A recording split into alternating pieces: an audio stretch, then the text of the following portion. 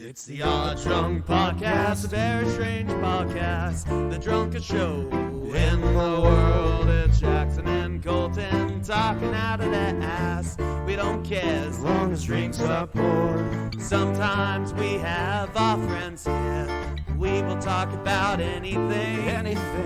We don't care as long as we have beer. And if you let that whiskey ring. The Odd Drunk Podcast. He did like I do remember there's that secretly give gifts to people and stuff. Yeah, but it was like meth or something. It was probably just under like the bread under the table. It'd be like a poor person. Please, sir. I'm so hungry. Under the table here. It's like just crack. Plot twist. I am the real Santa Claus. I time traveled and got crack.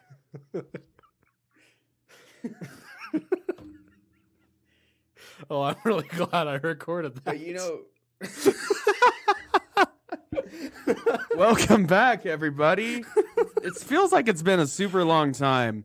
Yeah, it really does, actually. I don't know why. We're almost there, people. We're almost there. And I'm not talking about the end of the year or a particular film. And I'm not even talking about our personal struggles of completing our finals. Yeah. I'm talking about Christmas, my friends. Christmas. And Christ's Mass. are just the holiday season. The mass Shut up. Don't at me. Christmas Mass. We are transitioning into a family-friendly Christian podcast.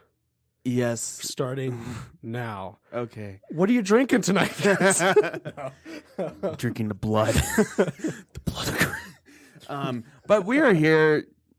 You know, the Romans legitimately thought Christians were cannibals. Wait, did I say welcome back to the Odd Drunk Podcast? Did I say that? I think you said welcome back. I don't know. Something. Yeah. If you're new, go away. No, just kidding. No, don't go away. Stay. Don't go away. He's joking, I swear. But we are here to talk about a particular man, if you will. He dresses in red. His name starts with an S. He's very popular and relevant right now at this time. Satan. He is. Some people Santana? Some people would consider. No, he's not relevant right now. Some people would consider him to be a hero. Some people don't believe in him. Some people do. He has Spider-Man. Exactly. No, not that guy. I'm just naming all the people with names that start with S that dress in red. Well, I was gonna reference Spider-Man without saying his name. Oh. But now you just ruined it. Yes, we know Spider-Man No Way Home is basically out. We will be releasing our review, I promise. Yes. This Monday. Yeah. But if you're listening to this in the future, that's irrelevant. But boo. It's gonna be released. You know what? As soon as possible. I've been looking at our numbers or downloads recently. And one thing I've noticed more recently is that you guys have been going and not listening to just our new episodes, but going back and checking out our old episodes. And that's awesome. Like our old ones are getting traction. And I love That's that. cool. Yeah, I saw Dark Souls lore was rising up in the ranks. Yeah. Which I really appreciate because I actually put effort into that one. Yeah, I like that. Our old content is not just collecting dust. And speaking, little side note here. Speaking of Dark Souls lore, yeah, I know about Elden Ring. I know it's coming out. I've talked about it. As soon as I get my hands on that game. What is that, February? Yeah, an episode's going to happen. I don't know if a lore episode, but definitely something related. He's going to beat it with the weekend it comes out. I don't want to do that with that and game. do a full completionist review. See, that's a game you definitely don't want to run. Well, to clear like every dungeon and cave or whatever they've thrown into the world, that's like 100 hours for sure. But you could do it in 48. Yeah. Well, I bet you could beat the story mode From Software doesn't have a quote unquote story. Yeah. In italics. Yeah. Yes. That's up to the players to decide. Well, actually, this one's probably going to be I different. appreciate that about those games. Well, okay, we're talking about Elden Ring for a bit. Okay. You know, We're doing it. So George R. R. Martin, he didn't write the actual story of the game. He wrote the lore and the background and like the mythology of it and the history of it and like the world and the setting. But like the actual story. When I first heard about the game, I thought it was the opposite. I thought it was going to be George R. R. Martin like helping write the story. No, he just like helped create the world and like the mythology and that's pretty cool. Setting. I mean, and I then think he has some talent in world building. And then Miyazaki, he went ahead and did his story, which is basically just like, oh, this pair of boots has a description that may link to something. Yeah. No, George R. R. Martin, I think, he's pretty good at world building and fantasy. I mean, not many people have heard of this, but there's this little series he did called Game of Thrones. Yeah. And I heard the 8th season was the best by far. Yeah. When he was no longer involved. Boom, roasted. George R. R. Martin also looks like Santa. I mean, since we're on that topic. We come full circle. Yeah, exactly. That man in red we were talking about earlier, it was not Santana. It was not Satan. It wasn't Spider-Man. No, it's George R. R. Martin. It's George R. R. He Martin. sometimes wears a red shirt. Yes. I'm sure he does. And sometimes he goes by the name Santa. Yeah. Game of Thrones is actually a Santa prequel. Are we saying that George R. R. Martin breaks into your homes every year and Santa's a White Walker and leaves you gifts? Yes, we are saying that. Well, we're just implying it. No. I think we are saying that, and the only person who can prove us wrong is George R. R. Martin himself. Yeah. So we need George R. R. Martin to come out and officially say he's not Santa Claus. Or anyone that otherwise we're right. Anyone that could catch him in the act. Yes. And history shows that Santa / George R. R. Martin has not been caught in the act quite yet. Not yet. Yeah, I mean, no one's ever seen Santa, so how do we know it's not George R. R. Martin? Wait, it all makes sense. He spends 99% of his year writing A Song of Ice and Fire, and then one day he does the Santa thing, goes back to writing, but nothing comes of it. Yeah. Well, no, I imagine the reason the next Game of Thrones book or Song of Ice and Fire book has not come out is he's spending so much time making toys and stuff for all the kids. Well, that's actually the elves. His labor, his workforce. He probably still has to oversee it, though. Probably very busy guy. Do you think the elves have a union? No. Absolutely not. Santa made sure that they couldn't unionize. Before we get into it, we are going to be talking about we're going to be talking about a lot of different versions of Santa that we can think of and that we have pulled up and that are popular and that people should know. So different versions, Santa himself, all that kind of stuff. So we're going to get into the Santaverse, people. Speaking of that, did you see the new Spider-Verse trailer? It looks amazing. Yes, I did. I mean, it's just a great time to be a Spider-Man fan. Yeah, they're going to apparently have the Japanese Spider-Man. Dude, and his mech leopard on. Yeah, that will be sick, man. Because I think the director or writer or whatever of the Spider-Verse movies said when the last one came out, if the first movie made a certain amount of money, that they would put Japanese Spider-Man in the second one. And he did make that amount of money. You know what would be? So if Japanese Spider-Man is not in this movie, that man is a goddamn liar. You know what would be a great joke if in No Way Home, there's a scene that seems like one of like Toby or Andrew are going to show up, but instead it's Japanese Spider-Man and maybe just put in the cartoon 60s Spider-Man. That would be really good. Just like a cutout of him or like just a poorly like inserted animation. I would love if they I would love if the Japanese Spider-Man showed up and it's the original actor too. Yeah. And then, the original actor should definitely do the voice of, right? Or just he should make a cameo. He should play a role in it. Yeah, well, and honestly, like in the movie, I hope he's just Japanese. Maybe put subtitles or don't. Yeah. That would be really good. Well, since we're on Spider-Man talk for a second here, which we're going to be doing a lot of coming up, but Japanese Spider-Man's like famous, most quotable line. I'm an emissary from hell. Yes. Yeah, that classic Spider-Man line. Yeah, an emissary from hell.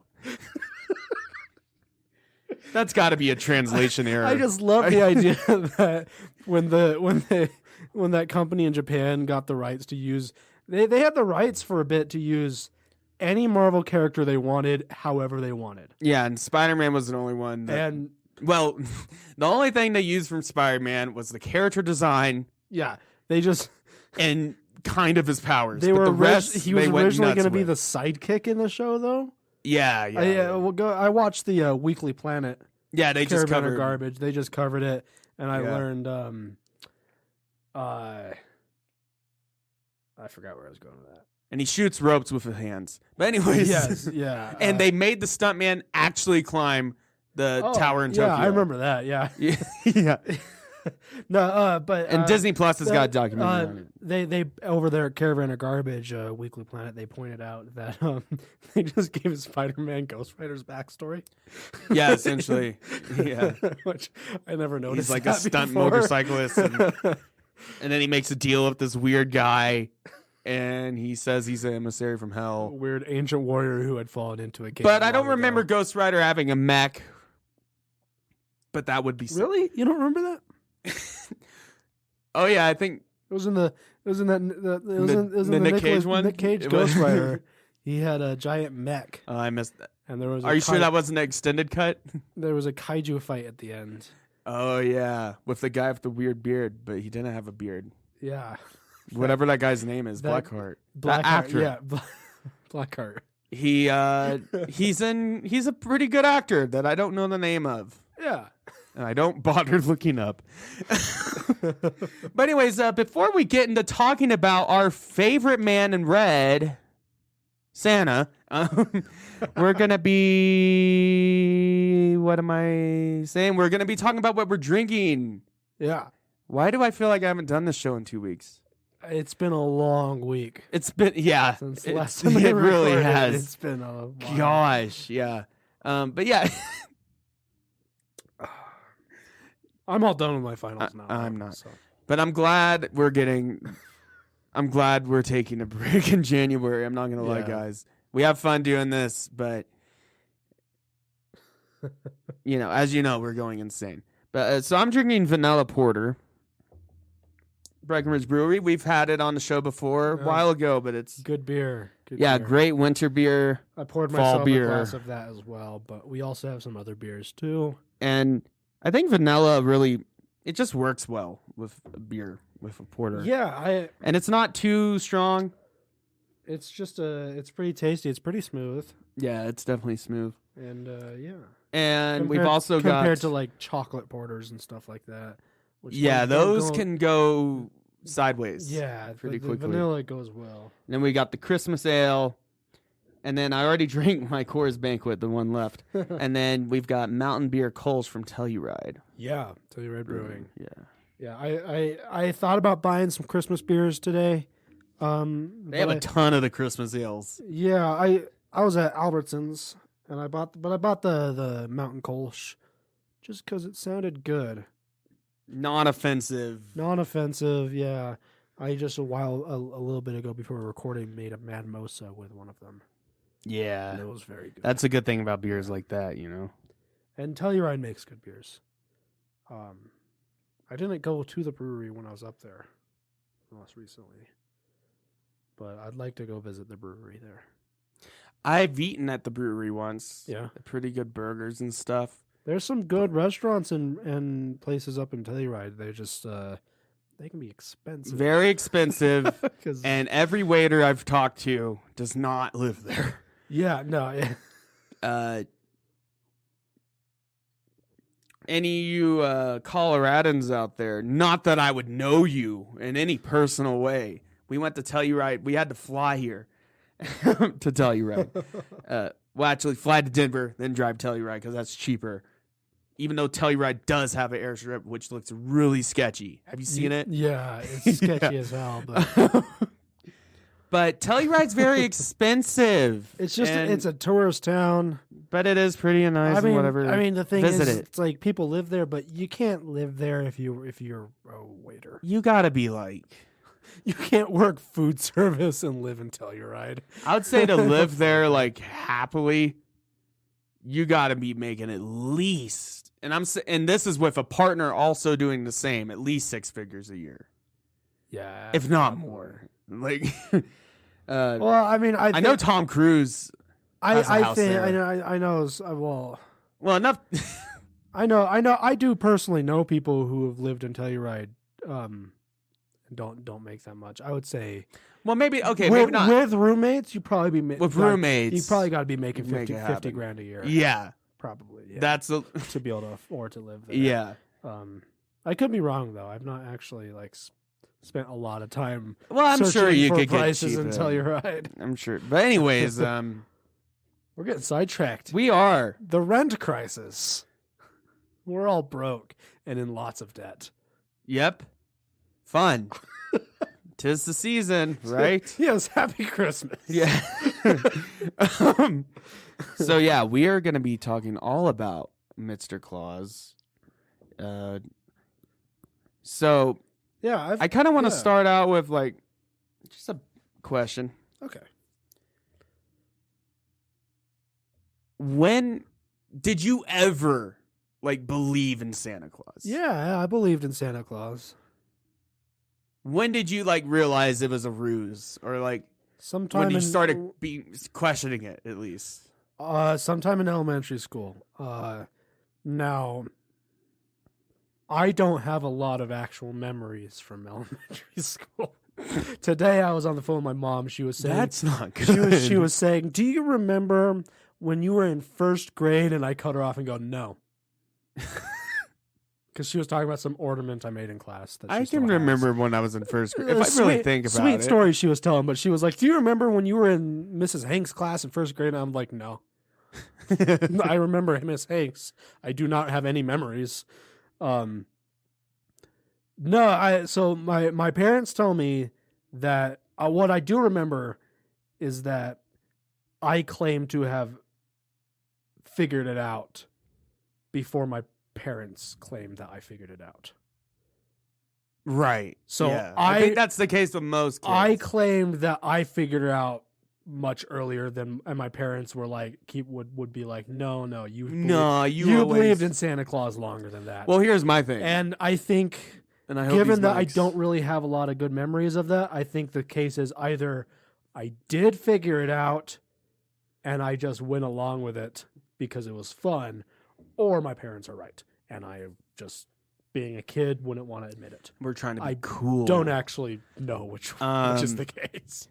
I mean, from what I remember, yeah, I believed in it and Santa Claus until about I was 5 or 6. Mm-hmm. And it was around that time where I started staying up later playing on my GameCube. Yeah. Playing Luigi's Mansion. Ooh, some Spyro. Definitely Spyro. Well, I played Spyro on the PS1 before that. Yeah. Early Spyro, you know. And actually played the first Spider-Man game back all the way then. Nice. I had no idea what anything was, but I loved it. Yes, I like looking back to our memories of gaming as a little kid where I was just like... I mean, I knew what Spider-Man was, but Scorpion showing up and Stan Lee talking, I was like, who's this guy? Well, also when I was a kid and I played games like that, I would just be infatuated by just the simplest shit in the game.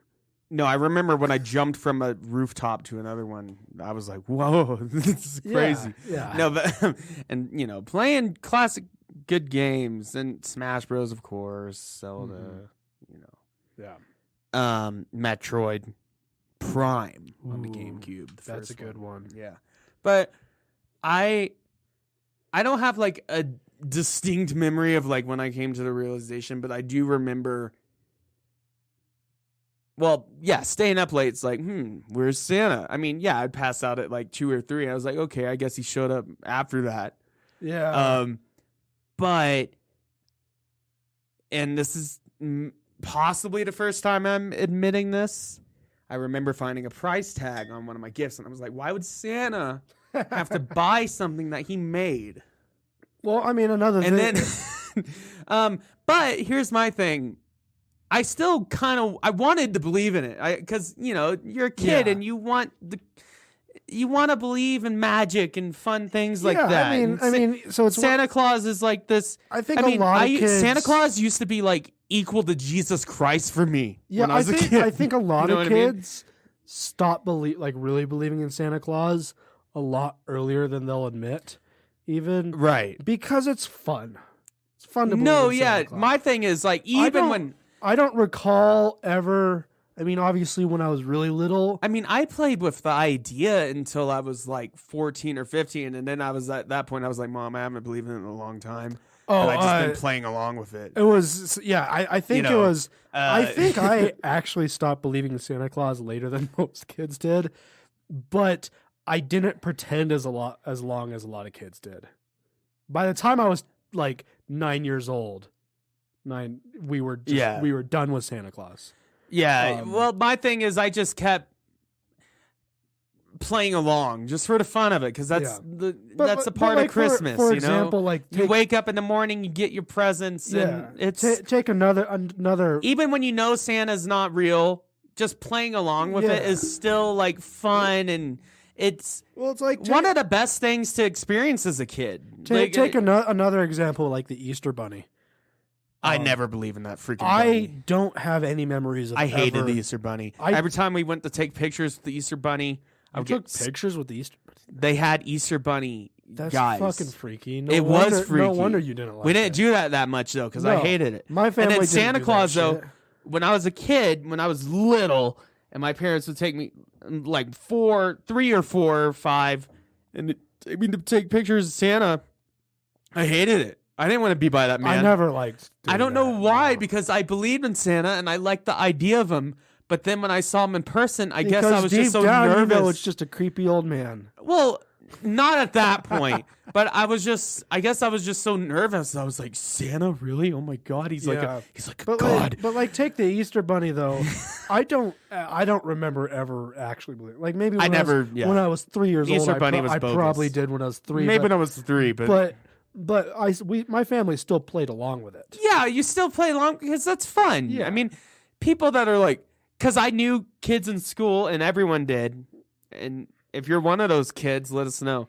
But that were like, yeah, Santa's not real, and I have the proof, and it's like, okay, I don't care. I just like Christmas. I like playing along with it. Yeah, it's fun. It's not some conspiracy. Do you not like Santa Claus? fun? Isn't some conspiracy theory? But you know what's really cool? You don't have to prove he's not real. Convince me, and this actually had me convinced for a while until I found the price tag. Until I stayed up like all night one Christmas. Sorry, parents. I didn't see you actually place the gifts. I wasn't being that bad, but I was staying up in my room listening, and I heard movement, but I was like, that's not Santa. He would have been too quick. You're like that. You're like, that's Jason. Because, and not my dad, Jason Voorhees. Jason Voorhees. Oh shit. Oh shit. No, but and also I always was like, I asked like, how can Santa do that and like give everyone gifts in one night in the whole world? I was like, well, he's got to be like a god or something. That leads me to a point I was thinking about recently about Santa Claus. Okay. I was watching Rise of the Guardians. Yeah, and Father Christmas is in that. Yeah, and played by Alec Baldwin. And we could talk about that version. And I had this thought that in a lot of these movies about Santa Claus, they do this thing where it's like adults don't believe in Santa Claus, but he's real, and kids believe in him, and it's the magic of their belief that gives him his power and stuff, and all that sort of stuff. Yeah, kind of like Freddy Krueger. Christmas mad. Yeah, kind of like Freddy Krueger. Yeah, the more. I just have this thought where I go, any movie that tries to pull the bullshit of Santa's real, but adults don't believe in him is fucking stupid. If Santa were real everyone would believe in him. It would be obvious that he's real. How could Santa do anything and actually operate without adults realizing that something's going on? What happens when the adults come down in the morning and there's presents that they didn't put there under the tree? So there's some versions of Santa that use a lot of technology and such, and we'll get into that. And then there's other versions that are just gods. Yeah, well, I'm not talking about like how he manages to do it. God, then he could do anything. Yeah, right? I mean, like it's not just like how he manages to do it, but like when parents across the world wake up in the morning and see presents for their children they didn't put there. That they did not put there. No, that's I do think that eventually you can't argue that the adults in the world would. So like, I think some of the best versions of Santa Claus are ones like in like, Dr. Seuss stuff where they say everyone believes in Santa Claus in that world. Yeah, except for the Grinch. It's just this world where Santa is a thing. Yeah. Yeah. Like, but the idea that like Santa's real. Well, there's a movie. There's a new Christmas movie, and we'll talk about it. There's a new Christmas movie that I really like. There's actually 2 of them now, starring Kurt Russell as Santa. We'll talk about it more in depth later. Yeah. But that one plays around with the idea of like Santa is real, but the parents are oblivious. Even though that he actually puts gifts, yeah, that's the part. It's like, that doesn't make any, unless he mind wipes them. Like, I have no idea. Or maybe Santa inceptions. He incepts the idea into the parents that they put the gifts there. Yeah, that's a good point. Yeah. Mind control. Does that. Which would be really intrusive and weird. And it's not the idea that like Santa exists and only children believe in him. It's that Santa specifically is so actively doing things that would prove his existence. Yeah. That like, if there's a fictional world where Santa really exists, I see no way more people would. Let's just play with the idea that Santa is real. Okay. Yeah. He's real. For a long ass time, he could probably get away with it, especially if he has magical powers and everything. Until cameras are invented, video recordings are invented, people with security cameras in their homes. Or at the very least, you would have the government would definitely be tracking his ass down. Yeah, no, at the very least, the government would know. Even if and that brings me back to a story I want to tell. There's this website that it's hosted by NATO, and it's just like a fun thing, but it's for parents to like convince their kids that Santa is real. And it's that NATO actually has fighter jets like tracking down Santa and like tracking his movements to shoot him down. And to shoot him down. No, they're like, if I was a parent, that's what I would say. I'd convince my kids. I'm like, oh my Santa, if he has to do everything in NATO's active. Well, the Air Force is active. I feel like he has to do everything in one night, not because it's Christmas, but because NATO is actively trying to hunt him down. And the longer he spends in the flying around, the more exposed he is. No, but they had this cool thing, and I think it's still up, but the site where it shows his whereabouts, like on GPS, it's like, oh, Santa is in the UK right now.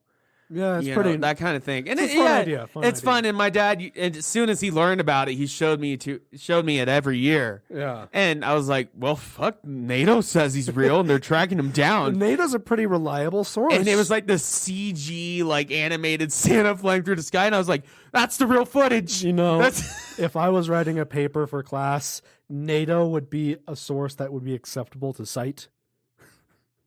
It would be. Yeah. So I'm led to believe NATO is pretty reliable. So if they say Santa's real, yeah. I mean, you can't dispute that. If Santa were real, even if he covered his tracks really well, you would think the government would be onto him, and there would be more conspiracy theories about it. Yeah. There's not a lot of conspiracy theories about Santa. No, there actually isn't. Yeah. That's actually surprising. There would be conspiracy theories about it. In fact, I mean, you could argue Bigfoot has more of a chance of being real than Santa. Yeah. I mean, Actually, I would argue that. yeah. I don't believe in Bigfoot, but yeah, it's a more realistic idea than Santa. Yeah, just a hominid. But it's also I in high school. Wait, was it in high school? Yes, in high school, my freshman year in my geometry class, and trigonometry class, which really sucked. But the professor was pretty cool, but also weird. But he was really smart. I've never taken any trigonometry. But my professor, he would do fun things every once in a while. And one day in class before Christmas, like a week before, he explained and like provided mathematical and physics like evidence why Santa cannot be real. How it's impossible. And he was telling us like how fast he would have to travel multiple times faster than the speed of light to be able to give every single child presents in the world within a span of, well, considering different time zones, he would only have like maybe 4 hours. Yes, but did he take into account that maybe Santa can time travel? He did not take that into account. And, Idiot. And if you travel faster than the speed of light, you are time traveling at that point. Yeah. So, and did he also take into account Christmas magic? He did not take that into account. Fatal flaw there. No. I used to... I had one physics teacher that was really cool about that kind of stuff. He actually gave us a project where we would analyze a scene from a movie and then calculate like the friction or the force, the gravity. That's always fun. Like that kind of stuff. That's how you find out that Captain America kills a lot of people. Yeah, exactly. In the MCU. And he showed us an example, and bringing it back to Spider-Man, but he showed us an example of Toby's Spider-Man stopping the train, and he like showed all his calculations of like all the force and like elasticity and like everything that occurred during that, and that like how his arms would have ripped off. But he was like, that's if he was a normal person. Yeah, he was like, but his physiology, he was like, I recognize that it is Spider-Man. Yeah. But my math teacher was like, fuck you, only math matters. Magic isn't real. Grow up. I hate math. Yeah. I've never been bad at math, but I've always hated it. But and there's a couple choices when I was in high school. There's a couple choices I made with like my senior year of classes I took that I look back on and just question myself. And one of them is I was done with all my math requirements and I hated math, and I still, for some fucking reason, decided to take AP statistics. Ew. I mean, that's a good class to take. I but don't it know sucks. why I took it. The other one is I don't know why I took an extra year of Spanish, even though I don't like Spanish classes. I took always economics. got bad grades in them. I took AP economics instead of statistics. That would have been that's a more useful. It was still yeah, mind-numbing. I took economics, but it wasn't AP. But he explained to us, he was like, for Santa to travel at that speed, no matter what his sleigh is constructed of, him and his reindeers would turn into a pile of pink goo immediately and eviscerate. Yes, but what if it was constructed out of vibranium? I failed to mention that. Yes. But, yeah. And that was way past the point I actually believed in Santa at all. I was like almost 16 at that point. But I was like, okay, but what are you trying to do here? Just like ruin Christmas for everybody? Because he also explained how, and I knew this at the point, but I was like, why do you have to point this out to everybody and just be a dick about it? Have you ever like had even someone... I'm not doing it, but he explained how Christmas is actually, stems, the day that it takes place is not Jesus' birthday, and that's true.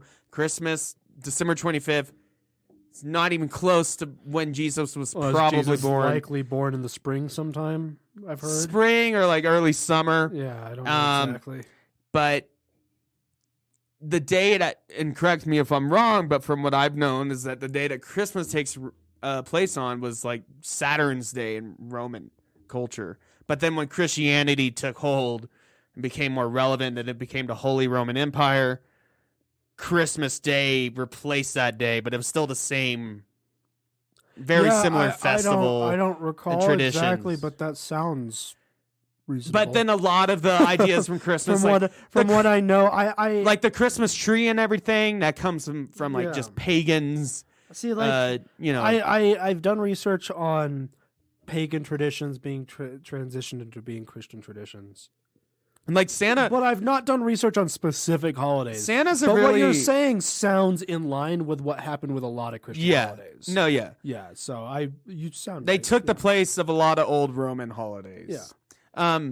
But Santa's very interesting because so the person that Santa actually comes from or is based upon is Saint Nicholas, as we know. Saint Nick. Jolly old Saint Nick. Nicholas. Yeah, it would be like Nicholas because he's from Turkey. And he was born in the year 270 AD, way back then. And he was a monk in Turkey. He would become a patron saint.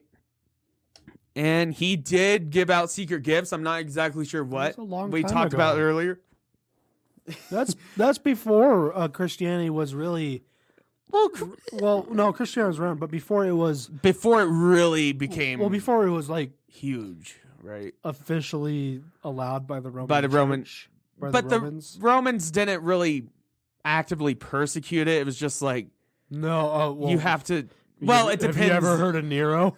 Well, Nero, who took Christians and put them into the Colosseum? Well, that was even before that, though. The Romans definitely persecuted. Well, that was like early days, like the 0 to 30, 50s. a little bit after that. A little after, but like by 270, it wasn't at the point where it was like actively persecuted. Yeah.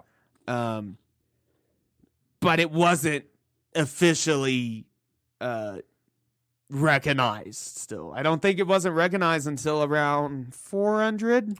No, before that. A little before that. Definitely by the time of Constantine I, which would have been 307. So he was born a little bit before I just that. had to refer to my Roman coin there. There you go. Date. But by the time he was a man, then I guess it'd be. by Constantine I. So it was just becoming. official. It just had become recognized then. At the point, Saint Nicholas was a grown man. Yeah. So really, I mean, he's one of the earliest, like, saints under the Roman Empire.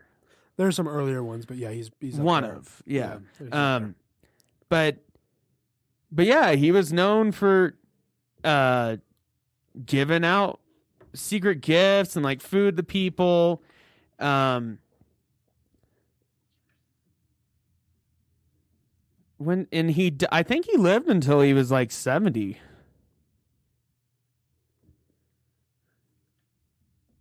And I know he's the patron saint of a lot of different things. Yeah, that's one. It's one of the one of the problems with like when you're looking up saints and stuff. So he's the patron saint of sailors, merchants, archers, repentant thieves, children, brewers. There you go. It's official. Pawnbrokers. So is Saint Nicholas the patron saint of the Odd Drunk Podcast? By extension, yes. Unmarried people and students in various cities and countries around Europe. His reputation evolved among pious as common for early Christian saints, and his legendary habit of secret gift giving gave rise to the traditional model of Santa Claus, Saint Nick, through Sinterklaas. Ooh. And that all comes from Wikipedia. I'm sorry, I didn't memorize that. And Sinterklaas, that is like the first Dutch version of Saint Nicholas. And there's actually the Feast of Sinterklaas on December 6th, which celebrates Saint Nicholas. I'm trying to find. I can't recall. I can't find it at the moment. But there's one of my favorite examples of a saint from the Roman times. And I don't remember his name, but the story is that he was being boiled alive. Oh shit! And that's how they killed some people. Yeah, that's and he's horrible. like one of the patron saints of like acting or something like that, because the story is that he's being boiled alive and he's not reacting at all to being boiled, and the Roman soldiers question him and he says, "Oh, it's actually quite cool. Come take a dip." Yeah. So the Roman soldiers say, okay, and they get into the pot too, and then they boil alive. Holy shit. Because he was just acting. So Sinterklaas, Sphincter Claus?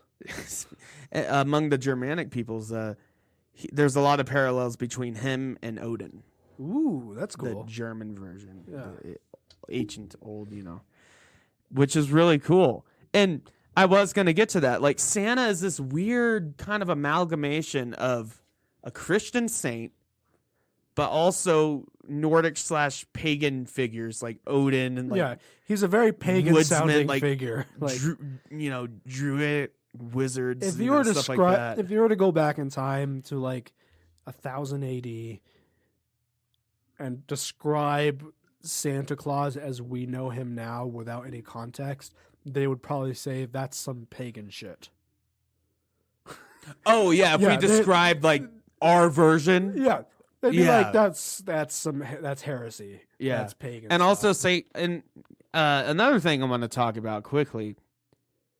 So it wasn't until like the 30s and 40s when Coca-Cola, basically used Santa as their mascot during the Christmas season.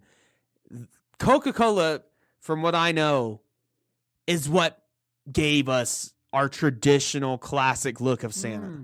The interesting big fat, jolly man in the red suit. Like, there's been versions of him that look similar to that, but never. Yeah. He wasn't depicted as fat until Coca-Cola. At least from what I know. Coca-Cola. But honestly, I mean, I love, and not saying that I, support the company or whatever, but I love their depiction of Santa Claus, and I love all the old Coca-Cola Santa posters and cans. Yeah. Like the original cans from back then, worth a shit ton. There's this guy I saw in the Guinness Book of World Records that has a whole collection of I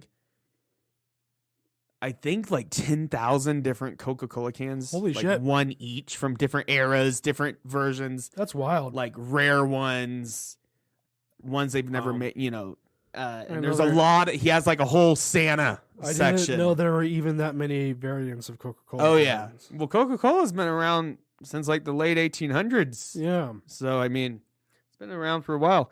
But yeah, they invented our traditional classic version of Santa. And from then, that's what virtually all depictions of Santa are based upon. It is kind of interesting to look back. There's a lot of things in our culture now. And that was just advertisement. That we look at as being old, but really comes from the 20th century. Oh, yeah. For example, everything that comes from our idea, because I was watching a movie the other day, our entire idea of vampires comes from the 30s and the 40s. Yeah. Bram Stoker before that, but late 1890. But it evolved 7, wasn't it? Yeah, but it evolved further. The idea of vampires being the enemies of werewolves. Well, Bram Stoker introduced us to Dracula. Yeah. But it wasn't, the golden age of Hollywood. Yeah. And listen to our vampires episode if you want some more spooky stuff. Good episode, yeah. But so now that we have a basis for Santa, I want to talk about some notable versions of Santa. Yes, this will be fun. So to kind of start us off, I have a top 10 on screen. So this is movies. Dad, I'm recording a podcast. Sorry. Is your dad calling? He was. You should have answered. Put him on the microphone. If he calls back. I promise. Where's my bookmarks? Damn. Well, I got it. So yeah, I got the top 10 movie Santa Claus. Okay. This is from Regal Movies. Okay. So Billy Bob Thornton is Bad Santa. Do you remember Bad Santa? No, I don't remember Bad Santa. It's actually a pretty funny movie, but I was never allowed to watch it when I was a kid because it destroys the whole image of Santa Claus. Is because it's Billy Bob Thornton just playing like a mall Santa that's drunk. Oh, number 9, I forgot about this. Paul Giamatti was Santa. When? And Fred Claus. Oh. With Vince Vaughn. Yeah. But before I keep going down the list, I want to talk about my personal favorites. One of the failed ones. So you have Tim Allen. Oh, I love Santa Claus. And then his version has a really weird and interesting and very 90s mythology to it. It's like it's a curse. It's like, yeah, it really is. Yeah. But at the same time, there's theories that say that he was meant to be Santa Claus and that all of the elves were like manipulating stuff. No, he wasn't. Well, there's like, you can see like the elves, like one the actors in the background in a few scenes before he becomes Santa Claus. So kind of like implying that they knew. I like to think the previous Santa was like a total bloke, you know. Yeah, and like he guy. was that they intended for him. They pre-picked him to be. But Santa if I remember Claus. correctly, but that also implies that maybe they murdered the old Santa Claus. No, well, Santa fell off the roof. But I remember. But if they pre-picked Tim Allen, then that means they would have had to also guarantee that the other Santa Claus fall off the roof in front of Tim Allen. Yeah. Which means they probably And I also remember that movie that Tim Tim Allen grabbed a shotgun. He was prepared to shoot Santa. Yes. With a 12-gauge shotgun. I wish he actually would have. That would have been really funny.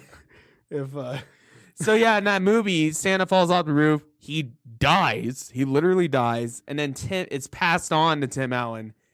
And he, over the course of the movie, mutates in Santa, gains weight, gets a white beard. Gets some magical powers, but not really. It mostly sucks. mm-hmm. Like he has all the elves and like that version of Santa has a lot of tech. Yeah, and his magical powers are very vague. Yeah, it's ill-defined. It's like, oh, the spirit of Christmas. Or he has magical items. Yeah. And kind of creeps me out. He's like, I like those movies though. I mean, they're good movies, but you got to watch the one with Martin Short when he's Jack Frost. I like that one. It's at once the worst of that series, but it's also got Martin Short. Yeah, and he is going great. Full Martin Short and on he it. is great in it, yeah. And I really like him. I have a weird relationship with him. Well, not a relationship, but that sounds weird. That sounds really bad. No, but what type of relationship is it? I always consensual. Martin Short's hilarious, right? He's great. I think he's great. I love Martin Short. But he's got a lot of movies that I just despise. Or maybe I'm just thinking of that one he's in, Santa Claus 3, or is that 2? It's the third one. The third one, yeah. But I remember even as a kid. The second one is the one with the weird robot Santa Claus. Oh yeah, that one was really weird. And then the fourth one. There was a fourth one? I thought there was a fourth one. But I remember the third one came out and we watched it and I just didn't like it. Even as a kid, I didn't like it. I was like, I didn't like this. I don't like that creepy guy with the white hair. I don't like. And I'm not talking. Well, I'm talking about kind of both of them. So yeah, you have Tim Allen, and then as I mentioned earlier, one of the most recent versions of Santa. No, there hasn't been a fourth one, but there might be a fourth one. Probably Disney Plus, straight to. We'll do a review, maybe. Even if in any time of the year, Christmas in July, Santa Claus that'd be really odd if they released it in July. That would be. That would show they really don't care about it. And they don't think it's going to be good. Straight to VHS. But, yeah. We got to bring them back. But, so then you have, the most recent version of Santa, Kurt Russell. Mm-hmm. And he's like the cool, like he plays saxophone, plays the blues. And he's he's everything you would smart. imagine from Kurt Russell. Yeah. But Santa. And what I really like and those are actually really good, fun Christmas movies, great for kids, but also as an adult, they're fun and funny. Mm-hmm. Especially the first one. The second one goes real heavy on the kids stuff. I don't know if you've seen it. No. Have you seen the first one? No. Oh, yeah, I recommend them. I keep Christmas seeing it pop Chronicles. up on my feed, but then I keep not watching it. Check it out this Because, year, this Christmas. to be totally honest, most of the time when a Christmas movie pops up on my feed, I ignore it. Well, I mean, Good or not, most of the time I ignore it. there's a Christmas movie we'll talk about coming up that I hope that you would watch Okay. any Christmas or any time. No, I can't do that. That's horrible. But Kurt Russell's like this cool, suave, street smart, like kind of gritty, funny Santa Claus. He's the kind of Santa Claus that would like knock a guy out and then start playing blues on the saxophone. He's the kind of Santa Claus that will drive a Mustang off a ramp. He's a rad Santa Claus. He's rad, yeah, and he's really cool. And what I really like about his version of Santa in that movie. So in the movie, the kids are trying to. There's a lot of plot to it. Their dad died, and what. But at one point in the movie, they're trying to catch Santa in act, and then they see like I forget exactly how to catch him, but like in the movie, his version of Santa is straight up a god. He straight up can teleport. He straight up can like just do anything. Knows everybody, everything about everybody. Yeah, and like knows everything, like omnipotent. But he's Kurt Russell, and he's just having a hell of a time with it. So I'll have to watch that. That sounds fun. I think the way they explain that version of Santa Claus works because they just go full into the magic. They don't try to like have some kind of like. It is one of the advantages. Like, it's one of the advantages that Christmas movies have, is that they're allowed to, when there's plot holes and things like that, just explain stuff through. It's Christmas magic. Yeah, they're allowed to do that. Most other movies would have to explain it more. Christmas movies don't really have to explain everything. So it's funny on this list, Kurt Russell is actually number 8, which I think he could be a little higher. Nice. But it says, as a more in shape, more modern Kris Kringle, Russell may have brought us one of the best, fresh takes on the classic character. We also give the Christmas Chronicles an honorable mention for casting one of the best versions of Mrs. Claus. Played by who? Goldie Hawn, Ooh. Kurt Russell's partner in life for like over 30 years, even though they never married. Cool. But they had a kid together, and like they're together, they just never married. I didn't know that. That's cool. Yeah. And their son was a U.S. agent, Wyatt Russell. Oh, right. Yeah. You could see the Kurt Russell on him. Yeah, I forgot that was. Yeah, that's his Kurt son. Russell's kid, yeah. And what I really like, side note, but what I like about Wyatt Russell, I seen him in interviews. He was like, they were asking him about like his parents and he was like, when I got into acting, I didn't want to use my father or mother as a crutch.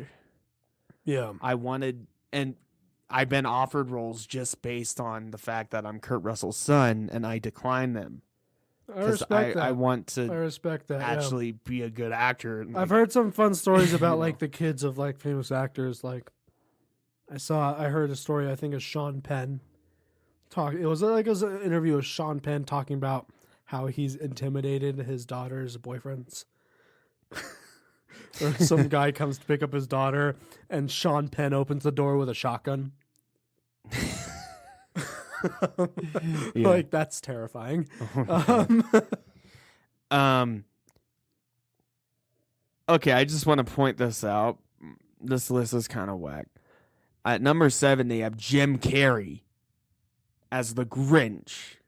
He's not when he posed as Santa. Well, see, the when Grinch, he's not Santa though. He's not Santa. He's pretending to be Santa. They're saying, That's he was great a movie. good anti-Santa. I watched but it. He's not Santa. It's a good movie. I watched it last night. But okay, I have things to say about that movie, and that would potentially be a good commentary. Just saying, it would be a great commentary, which we probably there's a lot to say about do. It. Yeah, but I don't know if it's on that one. But that would be a good one. There's a lot of things I like about that movie. It's Yeah. mostly the Jim Carrey bits when he's like just being the Grinch and being Mostly. Jim Carrey. Some of the other parts are a little weird.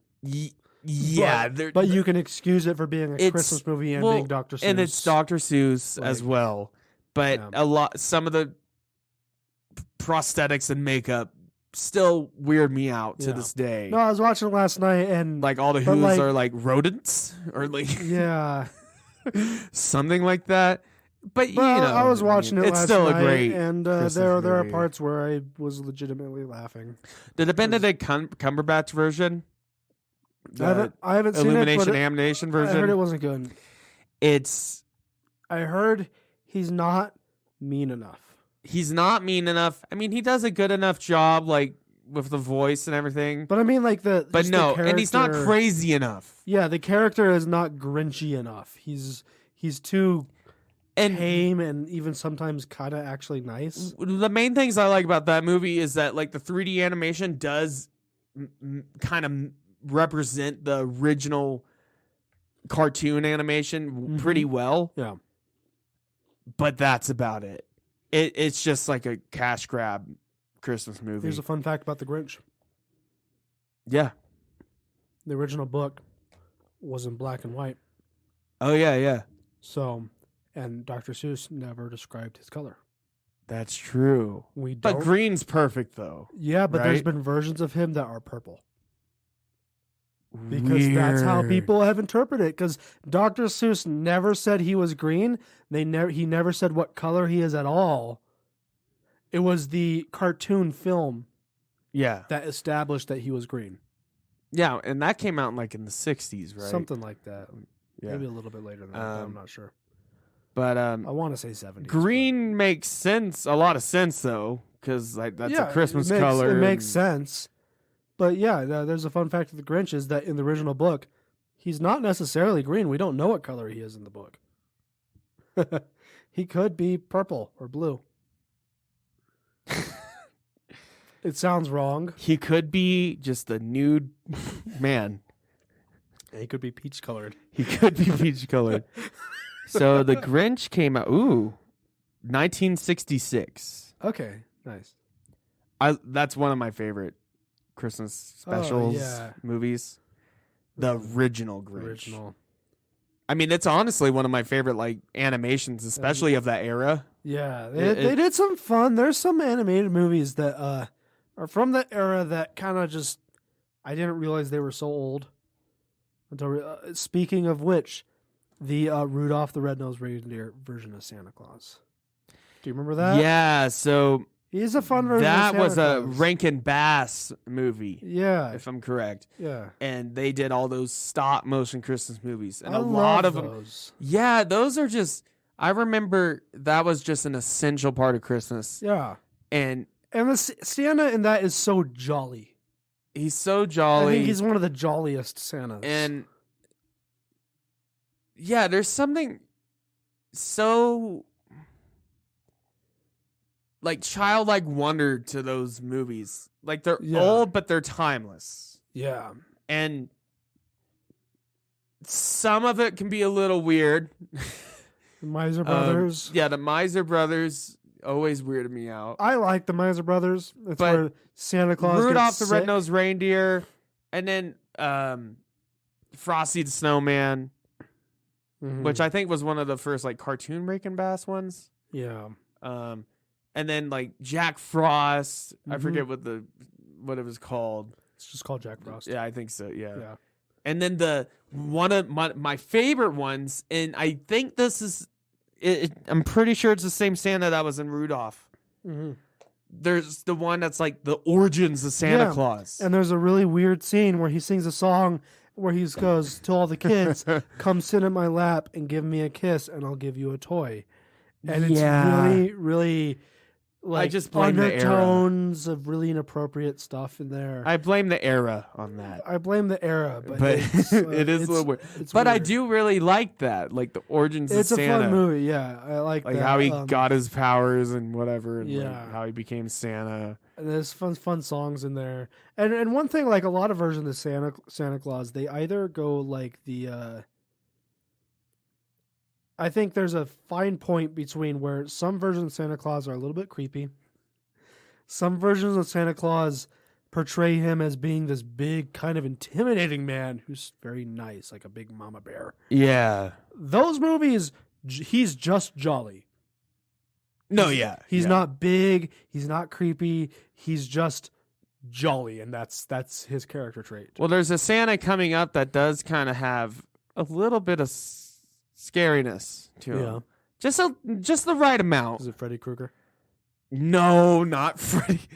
Well, since we're talking about that, Krampus. Not Santa, but he's like essentially the anti-Santa. The anti-Santa. And I forget exactly what he does. He comes into your homes and steals stuff. Like cut your toes off or something? Instead of giving you stuff. I don't know. He's children or something. I don't know. Yeah, something like that. He's a boogeyman. And he's like, if you're really bad, like, or you don't believe. I don't actually know much about it. Yeah. He's a boogeyman type character, though. But there is the guy from Will Forte? No, not Will Forte. What's his name from Parks and Rec? Is in a movie called Krampus. Nick Offerman? Not Nick Offerman, the awkward guy. That's in a relationship with Amy Poehler's character. Adam McKay? No. That's a director. I was about to say Adam Driver. Unless he did direct those. Like, no, it's not Adam Driver. I'll look this up. I'll look it up. He looks like a meerkat. I know exactly who you're talking about. And I don't mean that in any mean. He was in an episode of Drunk History I was watching the other day. Yeah, he's in a lot of that kind of stuff. He was in this weird Adam Scott. Adam Scott. Yeah. And he was in this weird movie with Jason Schwartzman that I saw that I regret seeing for reasons. Yeah, him. What was I talking about? Creepy Santa Claus? Yeah, he's in a creepy Santa Claus movie. He's in the Krampus movie. Oh. And it's like it's actually a pretty underrated, like, dark black comedy. Yeah. Like, it presents itself as a horror movie, but since he's in it, and I guess the writing, it's actually really funny and self-aware. And it does a lot of fun stuff to Krampus' character. And, like, with, like, the things that go on and, like, toys come to life and stuff like that. Oh, yeah. But another Santa, and yeah, it's one of my favorite Christmas movies, arguably my all-time favorite Christmas movie. We can get into that. So Edward Asner as Santa, an elf. Who? Edward Asner. He's know. Not super well known. I don't know. But he's an elf. Ah. The movie with Will Ferrell. Oh, yeah. Absolute classic. One of my favorite Christmas movies of all time. Still funny. Yeah, I watched that not long ago. It's honestly one of my favorite Will Ferrell movies. It's a very good movie. Like, I really like and it's what put him on the when map. Santa's like there's a bunch of pizza places that claim to be the original. I don't remember what pizza chain he mentions, but they claim to be the original, but the original one's on the actual original's on 11th. He's giving him his advice of New York. Oh yeah. But yeah, I love his Santa. He's pretty jolly. He's a good mix of jolly, but also like more grounded, realistic Santa. I think he's an example of a Santa that doesn't come off as creepy and doesn't try to play into he's a big and he man. Buddy Will Ferrell crawled into his sack when he was like giving out presents at the orphanage. Yeah. And Santa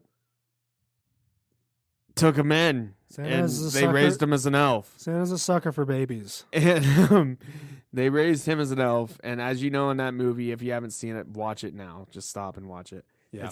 It's honestly the modern Christmas classic. I don't think anything since then has surpassed it. It's very difficult. So like every year Christmas movies come out, and it seems like it's the formula to make a Christmas classic is pretty tricky to pull off. And that movie pulled it off. That movie did it. And like I said, I think Christmas Chronicles is a really good modern one. But that one, yeah, Kurt Russell's great, but that one is just straight to Netflix. Yeah. It wasn't theatrical release. And you can it still doesn't feel... I don't know. And when I say a movie's not a Christmas classic, that doesn't mean it's not a bad. It's not. It doesn't no. mean it's a bad movie. No, there's plenty of good Christmas. it's movies hard to explain. that just aren't classics. But the formula to get it just right is pretty hard to do. Well, everything in that movie works. And Elf did it. Yeah. Well, yeah, everything in that movie works. It's got great humor. It's one of Will Ferrell's best and least irritating performances, in my opinion. I like Will Ferrell. I like but Will Ferrell, yes. he can be irritating. Honestly, I prefer John C. Reilly. But like, you could. Oh, the other Will Ferrell.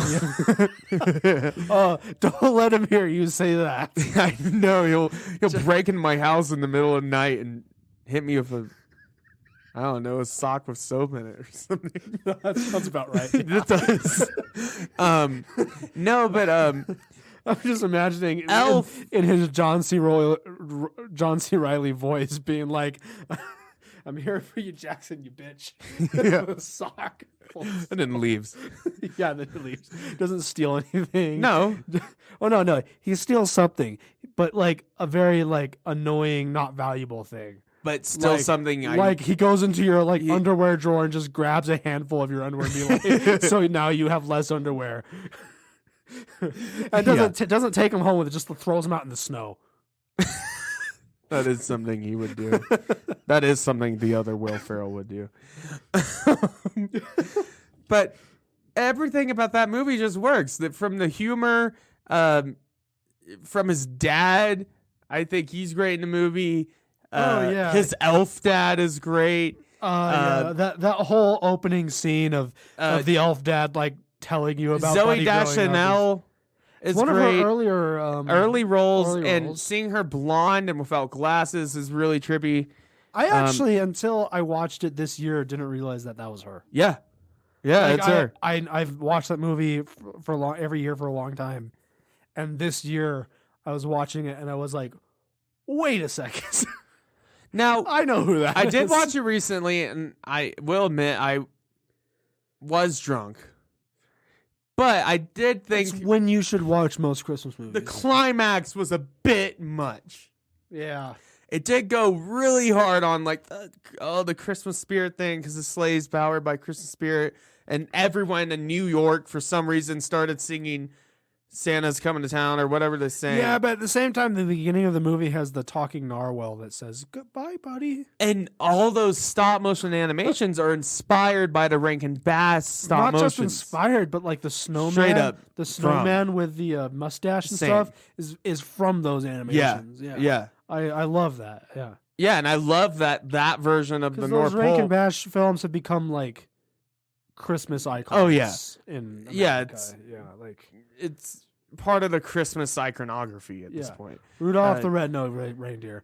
Yeah. Classic American capitalist story. You're not valuable until you're useful. Yep.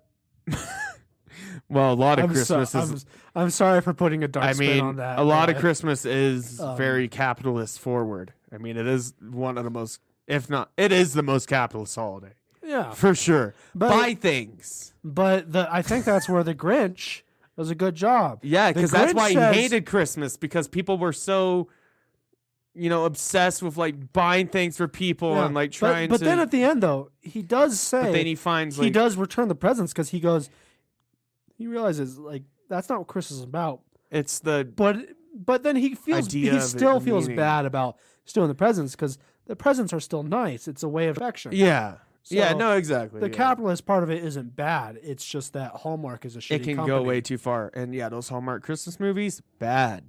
Yeah. And they make like about 40 of them a year. I swear in my life. Did you know that the kid who the in Iron Man 1 when Obadiah Stane, when Jeff Bridges is like, Tony Stark made this in a cave. Another good version of Santa. And he's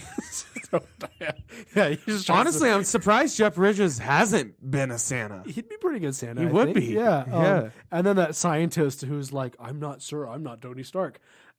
That's the kid from the Christmas Carol. No, you mean it's the kid from the Christmas Story. Christmas Story. Not Yeah, yeah, Christmas yeah. Carol. My bad. Because I was thinking of Tiny Tim, and I was like, the last live-action Christmas Carol they made was Scrooged. with Bill Murray. That was technically a Yeah. Christmas Carol movie, and that's actually a underrated movie. But and then the other one they made was like way back in the like 60s or 50s. But yeah, the Elf Santa. What I like about him, he's still like the magical jolly Santa. But when he's like with Will Ferrell with Buddy, and like when they're just like working in the North Pole, He's like, a Santa that knows how he's straight to, up about things. He's a Santa that knows how to interact with normal people. No, yeah, and like in a normal way. When he's like excited to go to New York and see his dad, like he warns him that it's not. Yeah, he's don't get your hopes up. That he basically warns him that the real world sucks. Like, I'm supporting you on this, but let me give you all these warnings. Yeah, No, and I also love that he's down to earth in a way that some Santa movies don't. Yeah, and I love when Buddy successfully. like asked about like I forget exactly what it was, but it was like asking about like the presents and like why a lot of people are not believing him, and he was like, because they think the parents are giving the presents. It's been a rumor, and I think that's actually the elf dad. But I think that Santa actually comments on that too. I think a good way to describe that version of Santa is he gives off dad energy. Definitely, and I love when he's a dad. he crashes in Central Park. Yeah, and the Central Park Rangers come in on their horse. He's like, the Central Park Rangers. Like he's dealt with them before. I like that. Yeah. Yeah. No, I feel like he gives off dad energy. Like he's like Buddy's like a little kid, so Santa's being a dad character. I'm more like an uncle. Because the elf is his dad. Yeah, but he's still that, like, the way he interacts is like he's, sitting down and explaining it to him like he's a kid. But yeah, it works though. He's a good version of. But yeah, I love that movie. And so the next one they have here, which I didn't realize it was also Tom Hanks, but the Santa and Polar Express. And that movie, okay. Oh, yeah. Okay. Another good candidate for a commentary for different reasons. When it came out, I loved it. I used to like that movie too. It's not a bad movie. It's not. The main fault of it, the weird is uncanny valley. Robert Zemeckis really went hard on like the realistic, but the CGI wasn't quite there, and even if it was, it would still be bad. Never mind that they legitimately like. I mean, they're groundbreaking movies. Yeah, never mind that they broke records and were legitimately groundbreaking in CGI and facial and motion capture. But that's kind of the problem. But yeah, it was a little the uncanny valley. Like it was ahead of its time in a way where it made it weird. Yeah, and all the characters looked real on the surface. But then as soon as you start watching the movie and as soon as they start speaking, you're like, this is weird and I don't like it. And Tom Hanks is too many people in this movie. And but I do like his conductor character. I do like the conductor, because it's basically Tom Hanks. Yeah. Just mo-capped. I just like to imagine that Tom Hanks, like, in his alternate life, would just be a conductor. He would be. On, like, not like even like a real railroad. A specific. Like on like the Durango Silverton Polar Railroad. Express. Yeah. But only when they do that. Man. Yeah. If Tom Hanks came to on the Durango Silverton Polar Express, I would waste all my money. My sister was one of the chefs on the Polar Express. Well, I'm actually going. Oh, really? Yeah, Roshi had a big paycheck and got his tickets a while ago. Yeah, I went one time. I wasn't super impressed. It's for kids. Well, yeah, but it's a fun experience, and I know it's for kids. So the stewardesses they make hot chocolate for you, and they sing they sing that hot chocolate song that they sing in the Polar Express. Oh, and man. My sister was one of those chefs one year, and I got to go on the train and watch her do it, and it was very funny. And her name was Chef Candy Cane. That's great. Yeah, it was fun. I'm just gonna have to embrace it. Yeah. Well, actually, the train is cool. The train is cool. Yeah, and how far do they go this time of year? For the Polar Express, not far. Okay. Like I said, it's for kids. Right. Yeah. So in the summer, obviously, they go up to Silverton. Yeah. In the winter, they go to Cascade Canyon. Yeah. Which is, a 4-hour round It's trip. still a long trip Yeah. on that train. And I've gone to Cascade Canyon on it before. Yeah. And that's a good trip. I've never done the Silverton route. I haven't done it either. I've heard it's and cool, I went on it I've in heard May, but there was still so much ice up there that we couldn't go up to Silverton. There was ice on the track. Yeah, then you that you might have gone to the Cascade Canyon. Then. Yeah, I think so. Yeah, but it was pretty. I've heard the Silverton route is cool, but it's like an all-day trip. Yeah, I mean, yeah, it gets old at a certain point. Yeah. Right? No, but so Tom Hanks, he was also Santa in the Polar Express, and I do remember as a kid, Santa was he's this big, enormous man, 7'2", or really tall, really big. Or at least it seemed that way because everyone around him was kids and elves. Yeah. But either way, he was really big and imposing and a little scary. He's actually 5'9". Well, Tom Hanks, yeah. I don't know. Probably. Just making a joke about Santa Claus, but compared to the elves and the kids, he looks but yeah, I mean, he's very classic Santa. Yeah, very traditional. The exact Santa. version that you would think of. And he doesn't suffer as much from the uncanny valley because he looks like Santa. Yeah. He doesn't look like some random weird kid. He is a little dreamlike. Yeah. In that movie. And which I guess works. And what I like about that movie, it doesn't really explain much about him. Yeah. He does the jingle bell thing and he's like, believe or whatever. Yeah, but, I like the whole plot point of the bell that you can only hear it if you believe. But in this article, it says, though he doesn't make his appearance until the end of the movie, the powerfully looming Santa brings the fear of God into the movie's protagonist. What a fear of God. I never really thought of it that way. I never thought of it that way either, but what I do like about that version of Santa, it kind of reminds me of a little bit of like going to see Santa in real life, the shopping mall Santa, and for some reason I was terrified of him. It's that same kind of idea, I guess, because it's like. So hold on. So this is important. Yeah, okay, I just got a text message you got something here, important, and I've been shopping for Christmas presents. Right. My little sister, she's 13. Oh wow, she's finally a teenager. Yeah, and I don't know what the hell to buy for her. Get her a Fortnite thing. Well, I did. Well, I'll show you here. I did get something for her because she's in love with Finn Wolfhard. So I got her a framed picture of Finn Wolfhard with hearts on it. But I was gonna get her a real gift too. By the way, this felt really weird making. I bet. Yeah, I felt felt wrong. But it's going to be worth it for the joke. Is that Timothée Chalamet? It's going to be worth it for the joke. But she, I finally gave up on trying to think of a gift for her, and just texted her and said, "What do you want for Christmas?" And she responded to me, said, "Anything." Because she's in love with Finn Wolfhard. I got you. Yeah, God damn it. With Finn Wolfhard. She loves Stranger Things. Timothy She said anything Stranger Things or It themed.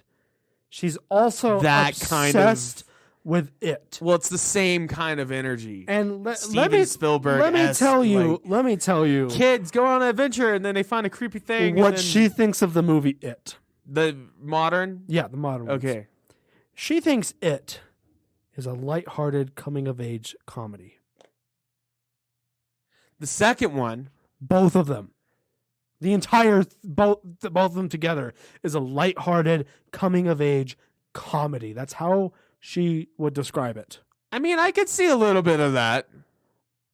Because they do end up beating up the clown. Yeah, but it's not a lighthearted coming-of-age comedy. Kid gets his arm ripped off, and a lot of kids get murdered. It's not a comedy. It's got comedic. The second one is. I would say the second one is. It's not a comedy. I wouldn't really even Bill call Hader's it super great. lighthearted. Yeah. She's talking about both of them. Yeah. She's obsessed with those movies. Yeah. Even though she could watch them on whatever streaming service she has, she bought them on DVD for herself. Oh, that means you're a really big She's fan a hardcore fan of It. Yeah. And she doesn't want. I despised those movies when I was a And kid. she's They sca- terrify me. and The she's scared of the Matrix. Tim Curry versions, Oh, that was the terrible. original TV Tim series. Curry is fucking terrifying. Yeah. Like in real life. Wait, what about the Matrix? She's scared of the Matrix. It's not a. This movie is a. It's not a. She's not a horror movie person. It's that she Matrix has a. definitely has weird She elements. she has kind of a strange idea of like a concept of what scares her and what doesn't compared to a lot of people that I've met. I could see the Matrix being scary, like Yeah. the human batteries and the machines like harvesting people. Yeah, But it's still cool fun, and I can't I wait for feel the like new Matrix. it is pretty fucking freaky though. Yeah, especially the old ones. I've seen Yeah. it Chapter 2. That didn't really scare me at all. I mean, it wasn't Yeah. a scary movie. Yeah, It just wasn't. It was a decent movie with Yeah. good performances. That's all I got to say about that. So next one, yeah, Tim Allen. We talked about him. He almost shot Santa, and he becomes Santa, and he hates it. And he's a dad, but then he realizes he needs to be Santa because if he doesn't, his kid won't like him anymore, and he's cursed. and he's cursed eternally. Yeah, it's actually pretty fucked up. Forever. Like And he will outlive his family. it's one of those movies where you really shouldn't think about it too hard. Well, Because then he it'll gets a make Mrs. His wife becomes Mrs. Claus. Yeah, his new, something. His new wife. His new wife, yeah. He has his a new wife because his ex-wife marries the therapist. Oh yeah, that's a Um, very '90s thing. yeah You know, I'm a businessman, and my ex-wife married some therapist. That's not a profession. Psychologist. Like in Anchorman 2, where when his ex has the psychologist, and he throughout the whole movie is like, Don't read my mind. Don't read my- And at the end in the battle scene, he stops the axe with his mind.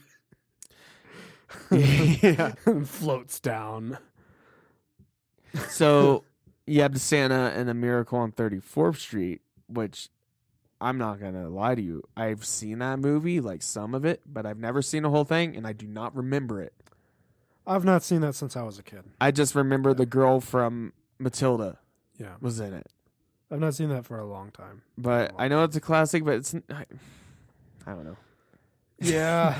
It's a little too heavy on the. If it doesn't have emotions and Danny feels. DeVito in it, I'm not interested. Imagine Danny DeVito as Santa. Oh, I would pay to see that. I would. I would absolutely pay to see He would be as tall as the elves. that. Or, no, actually, maybe the elves would be even smaller. Reverse it. Reverse it. Like Have- the have- elves are Lord of have- the Rings style. Have NBA players play the elves. Get Orlando Bloom. Get Orlando Bloom to be an elf. Just to be Legolas. It's in that universe. Just, yeah. And Christopher Tolkien and J.R. Tolkien would be rolling in their graves and yeah. I know there's one we're missing. There's one I was distinctly. I Well, was like, Santa shows speaking of Tolkien, Santa shows up in it's Lewis Chronicles of Narnia. he's in Chronicles of Narnia. Santa. Yeah, he shows up in in the Lion and the Witch and the Wardrobe. They all have their iconic weapons. Peter gets his sword. Susan gets the bow. Lucy gets the healing thing. Edmund's not around, so he doesn't get jack shit. Santa is the one that gives them that stuff. Really? Yeah, Santa shows up and gives them a bunch of weapons. Wow. So they can go kill. That's great. Kill the evil witch. I'm sending you a quiz that we can play a little bit later. Okay. I also want to talk. I'd be remiss if I didn't talk about the Marvel version of Santa. He's a mutant, isn't he? He's like an Omega level mutant. Yeah, I don't know anything about him really. But- And he is actually super powerful. And I would like to see him show up in the Guardians Galaxy Holiday Special. Make Santa canon in MCU. Oh, that'd be so I dare cool. you. I would love it. I would love it. Because they can have mutants now. The MCU. So Santa Claus was a legendary figure. He was said to bring gifts to the homes of well-behaved children on Christmas. Unknown to the people of Earth, Santa Claus was given being because of humanity's belief in the deeds of three different characters in history. These three different people, whom belief and together created the true magical being of Santa Claus, are who the people of Earth think Santa Claus actually is or originated from. So, yeah, St. Nicholas. Yeah. So the Marvel Santa, he's like as powerful as like Thor, essentially. Holy shit. Maybe not as, but he's like powerful enough to like he could fight Doctor Doom type of thing. Okay. Marvel. But I don't know too much. Kevin Feige, if you're listening. World War II. Wait. Here's Santa's World War II history. Ooh, shit. Okay. In December 1943, Nazi dictator Adolf Hitler had Santa Claus captured to destroy the USA's morale. But U.S. President Franklin Roosevelt sent Sergeant Nick Fury, Captain America, and Bucky Barnes to rescue him. On Christmas Day 1954, Santa Claus, posing as a wealthy man, instructed Smith City garage attendant Sammy Glenn, an intelligent man who had never made good on his abilities, to watch on his car and luggage for 6 hours. On impulse, Glenn borrowed the car and a suit and entered an executive club, where he met an attractive woman and received a job offer. Stunned by his good fortune, Glenn returned the car to its owner, not realizing that the man was Santa Claus. That same year, Santa had a run-in with an unidentified burglar. Following Christmas, Santa, keeping his identity anonymous, chastised wealthy miser Oliver Gumble for his selfish ways. So, like, he Scrooged him. So, yeah, Captain America and Nick Fury had to rescue Santa from Hitler. Nice. But I assume Santa was playing along. He's had an encounter with the X-Men as well. Ooh. Years later, on December 24th, Cerebro, the mutant detecting computer at X-Men, detected the most powerful mutant ever registered in New York's Rockefeller Center. This being was also detected by the Brotherhood of Evil Mutants, who sought it out, resulting in a skirmish with the X-Men. This ended when Santa briefly transformed the Brotherhood into inanimate toys, teleported the X-Men away, erased both groups' memories of his involvement, and then gifted the city with snowfall, the first white Christmas in years. Holy shit. So he's powerful enough to transmortify people into inanimate present. So it's a reality warper. So I'll just say this. MCU's got the rights to mutants now. Santa be the first mutant. They're gonna do Fantastic Four, which hopefully means Doctor Doom. Kevin Feige, if you're listening, if we don't get to see Santa fight Doctor Doom on screen, we're gonna riot. We need that. Santa versus Doctor Doom. Yes. Imagine if you went to a Fantastic Four movie and they don't set up Santa at all, but it's Fantastic Four versus Doctor Doom, classic scenario, and then the finale, the climax of the movie, Endgame style. Portal opens. Santa comes through. Well, here's saves everyone. Santa in a recent Captain Marvel issue, mostly nude. What the fuck? So let me explain. that I'll definitely shit. post that. When Santa Claus disguised himself as a homeless man, he was captured alongside Captain Marvel by Grave Valentine and Toxie Doxie. They intended to use him as a guinea pig, not knowing he was Santa. But Carol Danvers, was able to break free, which prompted Santa to reveal himself and help Carol in defeating the two villainesses who were then imprisoned by Project Pegasus. Huh. Powers and abilities. Okay, here we go. His stats. The juicy stuff. Yeah. Intelligence is a 3. Strength is a 2, but can be a 4. Speed, 7, which is really high. Durability, 3. Energy projection, 6. Fighting skills, 1. He doesn't need them. Here's some of his actual powers, though. According to the Marvel version, Santa Claus has a number of magical abilities, including longevity, the ability to fit himself and others through any chimney, specifically chimneys. Because, yeah, he's got to go down a chimney. Levitate up a chimney, usually by touching his nose and nodding. He can alter the appearance of himself or other objects or beings. As we discussed before, transforming people into toys and presents. He can change the size of other objects, teleport himself and others across the world, generate snow, and determine who has been naughty or nice.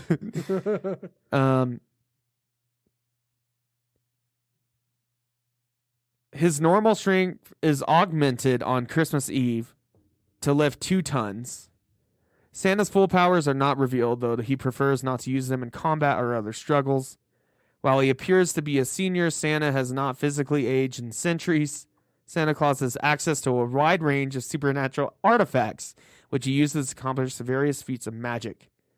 Though often depicted as Caucasian appearance, Santa actually appears to most people in their own racial features. Oh, cool. I like that addition. So if he shows up What's that website where in Brazil, he'll be like a Brazilian Santa. Yeah. You know, what's that website where you can compare the power levels of Marvel characters? You want me to do you it, think don't he's you? on there? It's superherodatabase.com. And there's also the DC version of Santa, which I'll just quickly explain, very similar, but it's John Constantine, who Keanu Reeves played. And I know who John Constantine is. Yeah.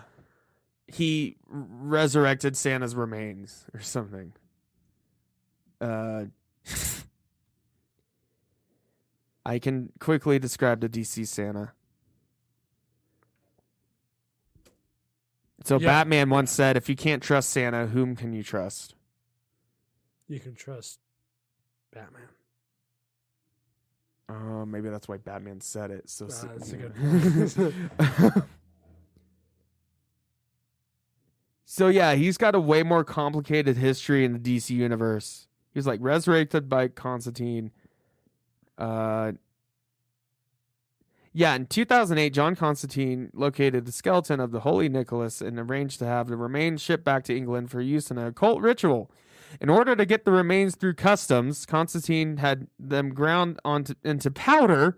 So he ground Santa's bones into powder. Holy shit, man. And convinced the customs agents that it was gardening fertilizer. He used some of the powder for his ritual, then snorted the rest of it as if it were cocaine.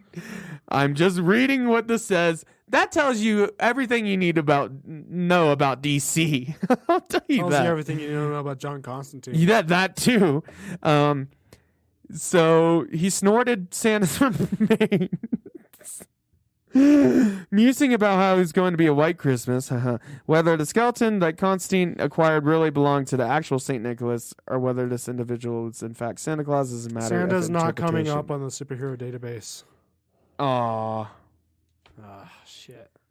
I wanted to compare him his To, power like, level Thor. to like Thor. Whoa.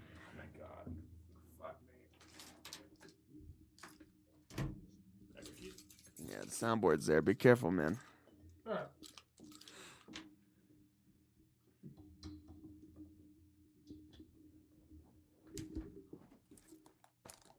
Careful there.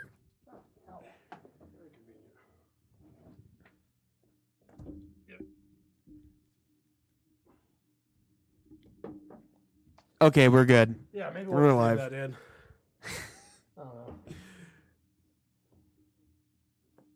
Colton he did a Colton. Don't even worry about Classic Colton. it. He did a classic Colton. Oh, I got a little beer on my knee, but that's yeah. okay. We should just put in like a sound effect, like "Oh, Colton." Yeah, just Like a pre-recorded thing. It's like, some- damn it, you spilled it again, Colton. This is Some not pre-recorded. Sitcom stuff. Whoa! That would be like if I were a sitcom character. It'd be like once an episode I'd spill a beer. That would be your character. It'd be my entire character. Yep. As most sitcom characters are just one-note characters. my character would be Friends. the. I was thinking of doing that too. The new Always Sunny's out, by the way. Longest running live action sitcom. Oh yeah, I haven't started watching it yet. But I recommend it. I think this is a lot better than the last couple seasons. I think they're finding their ground on this era. very cool. But yeah. So yeah, you have the Marvel and DC Santas. I think the Marvel Santa is cooler and easier to explain. But for all you DC fanboys out there. But Tristan. yeah, you, Tristan. So I sent you a quiz. We're going to do a quick Santa Claus quiz from BuzzFeed, our favorite. Plan your entire Christmas day and we'll reveal what percentage Santa. Oh, I thought this was going to be what Santa you are, but this is fun too. So what do you do when you wake up? Grab some hot chocolate, open all the presents, call some people on the phone. Other. You know what? I mean, hot chocolate does sound great. Hot chocolate's not coffee though. But it is not coffee. Yeah, And that is I would what have I some grab. coffee is what That would be my other. Yeah. Open up. See, that's so vague. What do you mean, what do I do when I wake up? This could apply to any day. I'm assuming on Christmas Day, but my answer does not change no matter what. And why would I immediately call people on the phone when I wake up? No, I make coffee first. Yeah. You wake up, be like, I'm gonna But if this I'm gonna call my coworker. if it is specifically Christmas Day, I would have hot chocolate at some point, but not immediately. Not first thing in the morning. First thing I would do when I wake up on Christmas Day would be to make coffee. Yeah. Not to open presents, not to say Happy Christmas to anyone. To make coffee, and then I can proceed. Well, I would say Merry Christmas, and then make some coffee. Maybe put a candy cane in there. That'd be good. What time are you opening presents? Before dinner, afternoon, whenever the mood strikes me, right when I wake up. So when I was a kid, I would wake up, go to the presents. Yeah, open. that's when I was a kid. Nowadays, it's whenever the mood strikes me, which is typically earlier in the day in the morning. Yeah, but I don't do that right away anymore. Well, because I'm an adult. 24-year-old men that just don't care about things. Yeah, I'm an adult. Presents are nice, but I don't need to do it right in the morning. For me, it's got to be before dinner. Yeah. You have dinner after you open the presents. What are you having for breakfast? Donuts, pancakes, waffles, eggs, and toast. It could be either of these things. For me, I haven't made pancakes in a while, so probably not. Donut, that's easy, but I don't have any donuts currently. Waffles, yes. This is actually a Christmas tradition. Throw it in the toaster. Well, this is actually a Christmas tradition. Wait, which one? My family, for breakfast, my family never did Christmas dinner. Like, not a tradition, not the same thing every year. We had Christmas breakfast. We'd make eggs, toast, and bacon. And with some fruit. Our Christmas breakfast would just be leftovers from Christmas Eve dinner. Yeah, no, my family never did a specific We didn't do a breakfast Christmas Eve dinner. I mean, we would do Christmas dinner, but not a specific one every year. Oh, I see. Our tradition was Christmas breakfast. We would do eggs and bacon. Well, that's fun. Sausage and toast and fruit, and my mom would make pumpkin bread. Hey, no pumpkin on Christmas. That's weird. No, just kidding. It's delicious. No, yeah. pumpkin bread any time of year. Yeah, oh yeah. Choose a Christmas activity, but it's weird, Colton. Choose a Christmas activity. Yeah. Still opening presents. Okay. Decorating the house, baking cookies, decorating a gingerbread house. Is drinking I do have a option? I have a gingerbread house I need to build. It's the office one. Ooh, fun! I just built one the other day. It's not a. But for me, not a fancy one. It's I don't always do a gingerbread house every year. I've only recently done that, but I always make sugar cookies with my mom or with somebody. Sugar cookies. This year I made them with my girlfriend, and I don't make classic sugar cookies Christmas every sugar year. Cookies. That's always. I don't do that every year, but when I was growing up, that was a thing that I always did with my grandma. Yeah. Yeah, that's something that's remained to be a tradition. I don't even particularly like sugar cookies. What am I eating for lunch? I lunch? like chocolate chip cookies. Salad, ramen, sandwich, cookies. I'm going to eat ramen. And there's this ramen place that just opened up not too long ago in town. It's amazing. Yeah, It's done by I've heard of it. Albertsons. Yeah, I've not been there yet, but I've seen Oh it. man, it's great. I'll have to dude. check that out. It's like my favorite joint in Durango. I'm also going to pick Mexico. ramen because my family has many years gone for lunch on Christmas Day to Chinese restaurants. Well, it's funny. None of these and I know ramen's not Chinese, but close enough for our purposes. Asian restaurants. Yeah. None of these lunches are Christmas at all. Maybe besides the cookies, but that's not lunch. Yeah. Choose another Christmas activity to do. Caroling, no one actually does that, right? Only people in church groups, right? Yeah. Games. That shows football game, but I'm going to extend that to video games. It shows Snowball a video fight. game here on mine. I see like Madden. Well, yeah, but it's still a video game. Is it? Oh, I thought those were holding phones they controllers. had. They're holding controllers, man. Man, I thought that was cell phones. And also, dude, that's totally FIFA they're playing. It is FIFA. Yeah. Now that I zoom in, I always was bad at FIFA, and I didn't like it. I like FIFA, but I'm bad at it. Snowball fight or zooming with the family. I will probably be Games. zooming this Christmas because I'm staying here this year. Games. Snowball fight, that's fun.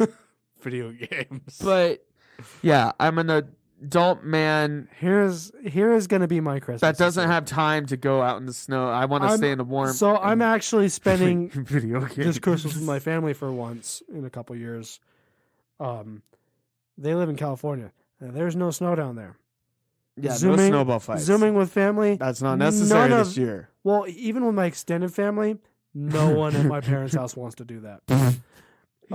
Yeah, with your Caroling, I know no. a little bit about your extended family. Yeah, caroling, no. And what's going to happen is we're going to wake up in the morning. My little sister's going to open presents. We're going to all do the family thing. We're going to have breakfast. And then my mom and dad are going to take a nap. My little sister's going to go off to do whatever the hell she does. And you're gonna, And I'm going to go play some video games. but you're gonna make coffee and then play video games. Yeah, exactly. and then get drunk Yes. later. Yeah, that's later, though. Yeah, we don't drink in the morning anymore. Not normally. I can't do that anymore. What's for maybe on a weekend. I'd be lying if I said I never did it. No, But it's pretty rare. What's for dinner? Turkey, roast beef, ham, chicken. Roast beef sounds delicious. Turkey's only good if it's like done perfectly. Roast beef does sound delicious, but honestly, for me, ham on Thanksgiving and Christmas, even if it's just like the cheap like honey glazed ham you buy at the grocery store, I do like pre-made Christmas stuff, ham, yeah. it's hard to beat. I've only ever had But Christmas there's no ham. vegetarian options here. I've Shame only- on you, BuzzFeed. I've only actually had Christmas ham at an actual Christmas dinner once. And that was my grandma's. house. Christmas ham. What do you mean by that? Like ham is like the traditional like Christmas dinner thing. Well, yeah. I've always had. I've ham for only ever Christmas I've dinner. only ever done that once. Yeah, I've always had it, and ham. I've only is ever done it once. It's very always good. my favorite. Very good. I've had it at Christmas parties, Yeah. but on Christmas I've only ever done that once. Okay, choose some dessert. Pie, and this could be any pie, I Pie. assume.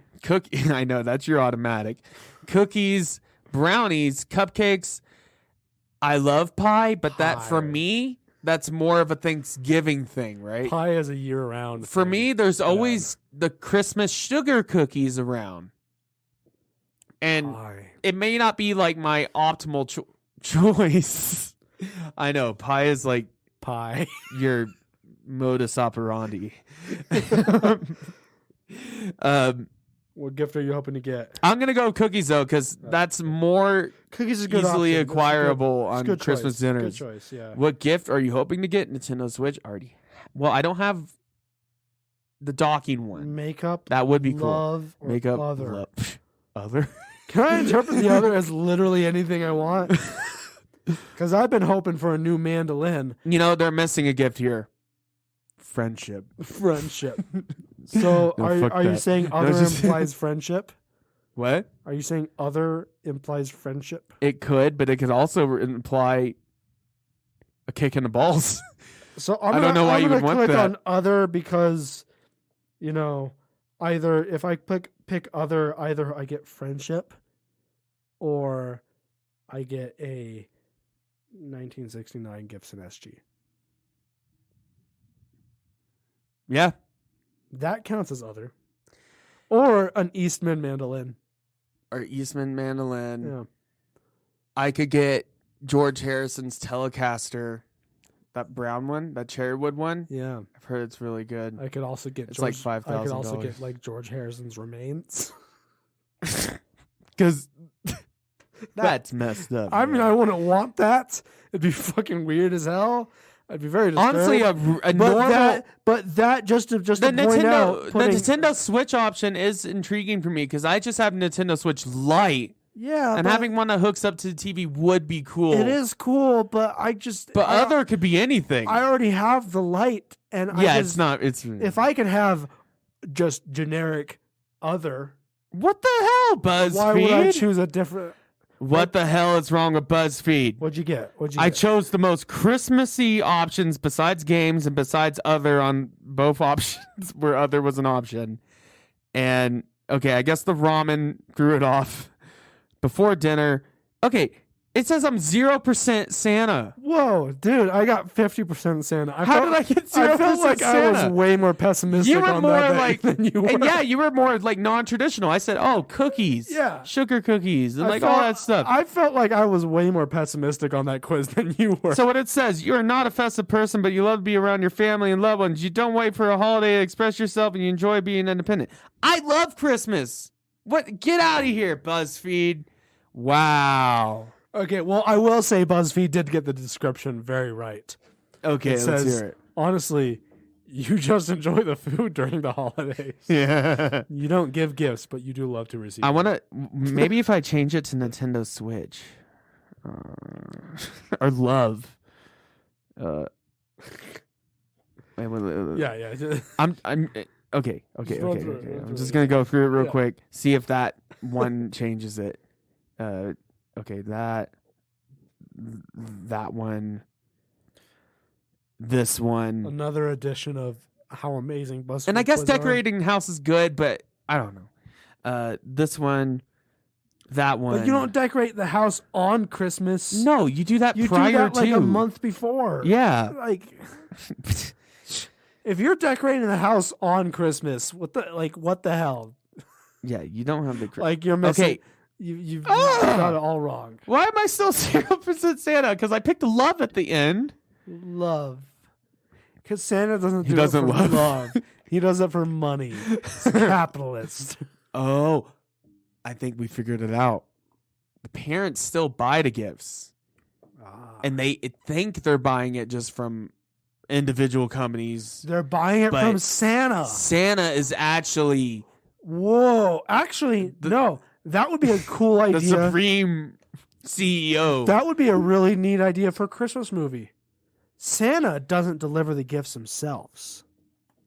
He makes the gifts, sells them to the parents.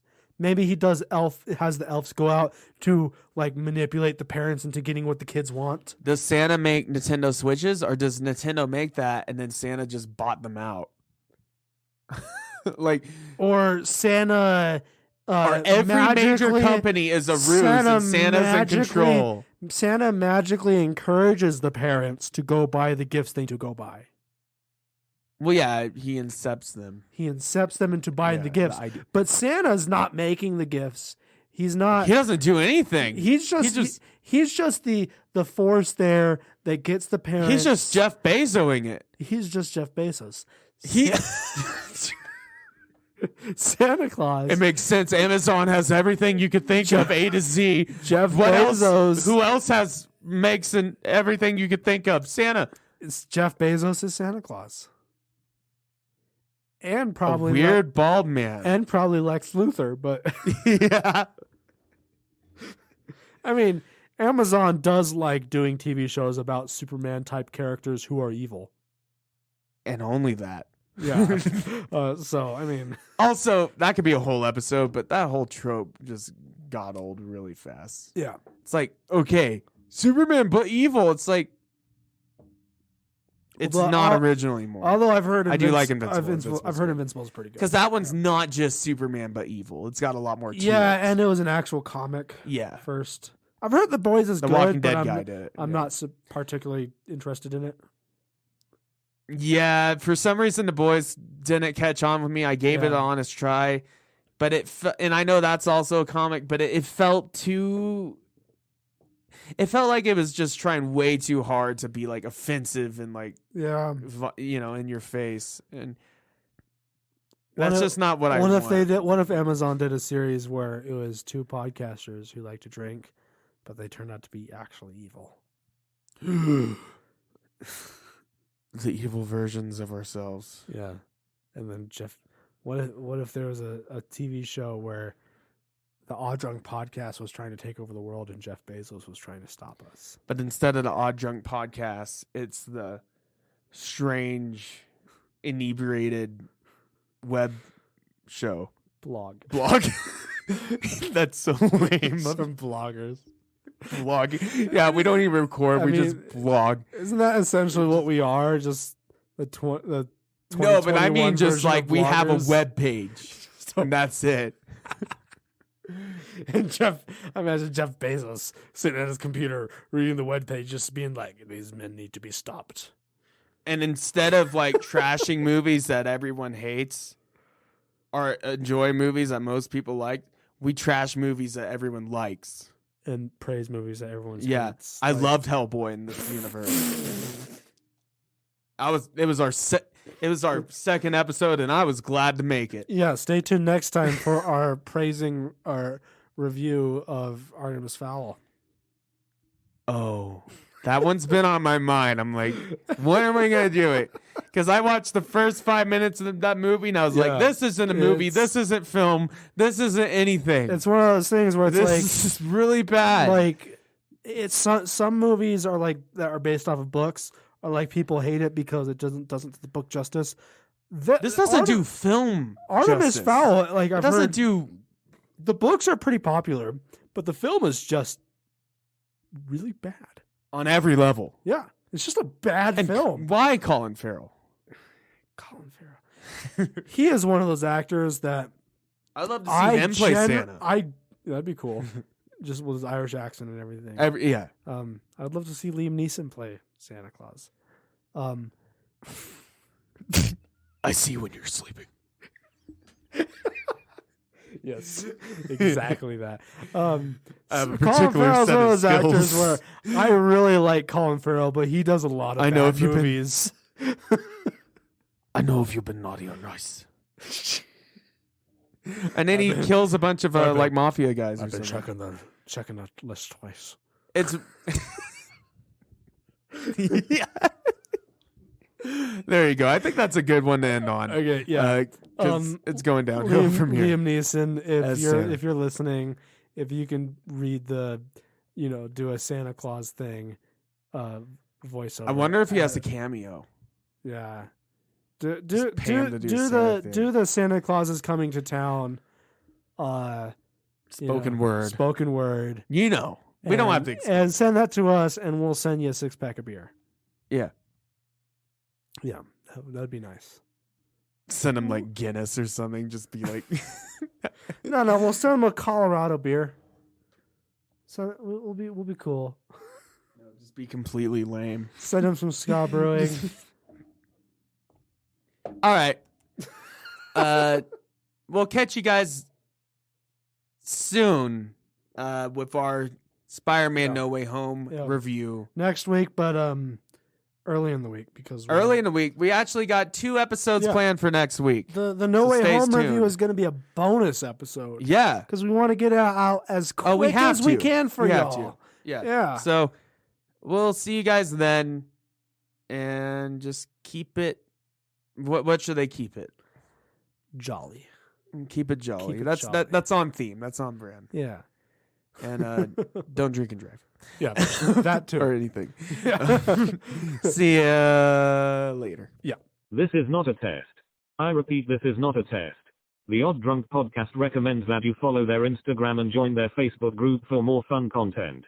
To view all of our current available streaming and social media platforms, visit our Linktree in the description below. If you enjoy the show, it would be appreciated if you leave us a rating or a review on Apple Podcasts. Okay, Colton, you can roll the outro now. Bye.